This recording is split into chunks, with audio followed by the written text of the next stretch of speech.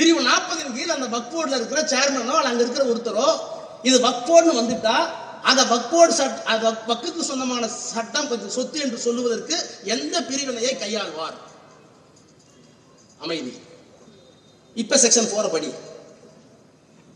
பிரிவு 40 ஒரு enquiry should be conducted by the Waqf board for which to locate the title all the provisions in that should be exhausted.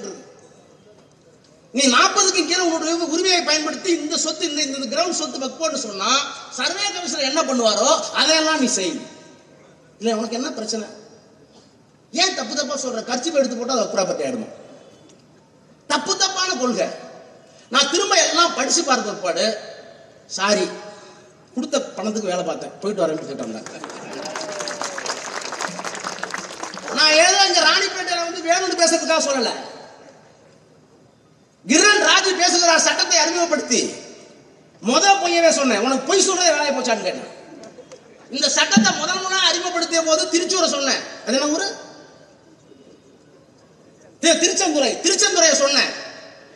அந்த Tiruchendurai record எடுத்து போட்டேன் வக்ஃப் போர்டுல.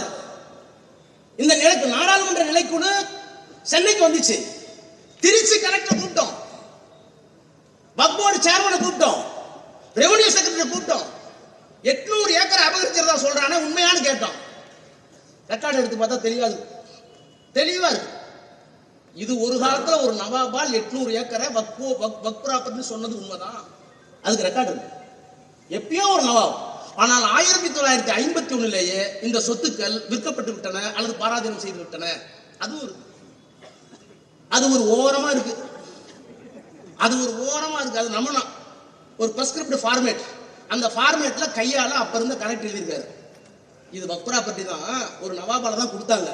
ஆனா அதுக்கு பிறகு 1951 இதை பல பேருக்கு கொடுத்துட்டாங்க, கிரைம் பண்ணிட்டாங்க அல்லது வக்ஃபை இனமா கொடுத்துட்டாங்க. இப்ப எல்லாம் குடியேறி போச்சு, இப்ப கிராமம் இருக்கு. ஒத்துக்கிட்டதே அவங்க தான். அதை மட்டும் கரெக்டா மறைச்சிட்டு இந்த 800 ஏக்கர் தப்பா பேசுறாங்க. பொய்க்கு அளவே இல்லை. இப்படியெல்லாம் கொண்டு வந்து ஒவ்வொரு பிரிவாக உடைத்து நொறுக்கி ஒண்ணுதான் ஆகிட்டோம்.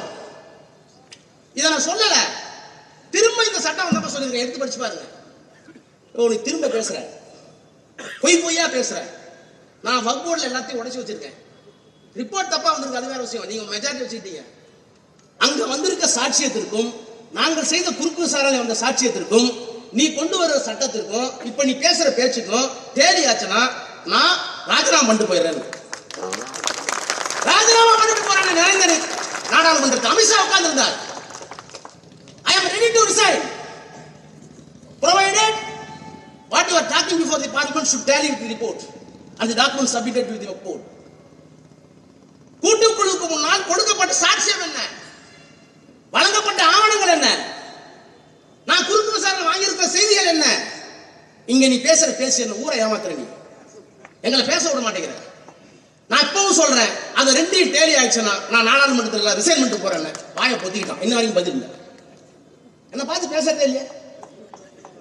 நான் உங்களுக்கு சொல்ல, என்ன பார்த்து பேச எனக்கா பெருமை? எங்களுக்கு பின்னால் எங்களை இயக்கிக் கொண்டிருக்கிற முத்துவேல் கருணாநிதி ஸ்டாலின் மகத்தான மனிதனும், அந்த மனிதனுக்கு பின்னால் இருக்கிற பெரியார், அண்ணா, கலைஞர், அம்பேத்கர் என்ற மாபெரும் தலைவர்களும் எங்களை இயக்கிக் கொண்டிருக்கிற காரணத்தினால் நாடாளுமன்றத்தில் எங்களை பார்த்தால் பயப்படுகிறார்கள்.